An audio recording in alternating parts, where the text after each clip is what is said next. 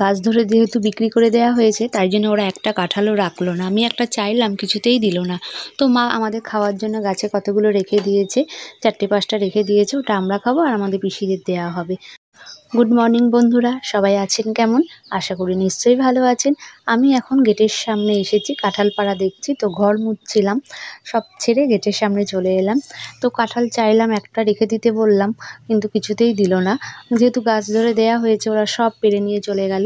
তো কাজকর্ম সেরে এখন আমি ব্রেকফাস্ট করতে বসেছি। আর আজকের ব্রেকফাস্টের মেনু দেখে তো বুঝতেই পারছো, কাঁঠাল আর মুড়ি।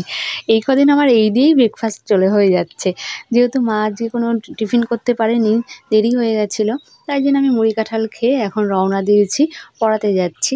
তো এখন 12টা মতো বাজে, তো পড়িয়ে টড়িয়ে চলেও এলাম। এখন 1:30 পৌনে 2টো মতো বাজে।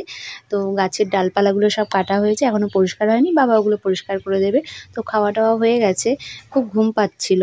তো ঘুম তো কিছুতেই আসলো না, মাথাটা যন্ত্রণা করছে। তো আর শুলে হবে না, আমার বান্ধবীরা আসবে। তো এখন আমি মুড়ি মাখবো, মুড়ি আর চা। চা মা করবে, আমি মুড়ি মাখাটা করব। বান্ধবীরা এসেছিলো, অনেক গল্প করেছি, 9:45 নাগাদ গেল। তো চা মুড়ি মাখা সব খেয়েছি, খেয়ে ভালোই লাগলো। সন্ধ্যেটা বেশ ভালোই কেটে গেল, মানে বুঝতেই পারলাম না এতটা টাইম কি তাড়াতাড়ি করে কেটে গেল।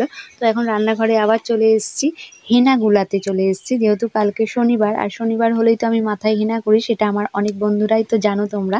তো এখন হেনাটা গুলিয়ে টুলিয়ে রাখলাম। এখন একটু বসে তারপরে ও বাড়িতে যাব। তো ও বাড়ির থেকে ঘুরে টুরে এসে খাওয়া দাওয়া হয়ে গেছে, রাত্রি 12টা বাজে। জামা কাপড়গুলো সব ঘরের মধ্যে মেলে রেখেছি, কেননা বর্ষাকাল, বৃষ্টি তো হবেই, তাই জন্য ফ্যানের হাওয়াতেই শুকিয়ে যাবে। তো এখন তো শুতে যাব এখন না, মানে এখন ফোন নিয়েই ব্যস্ত থাকবো। তারপরে যখন ঘুম আসবে ঘুমিয়ে পড়বো। তাহলে ভিডিওটা আজকে এইটুকুই থাকলো, আর ভালো লেগে থাকলে কিন্তু অবশ্যই লাইক কমেন্ট আর শেয়ার করে দেবেন। তাহলে এখন আসছি, টাটা।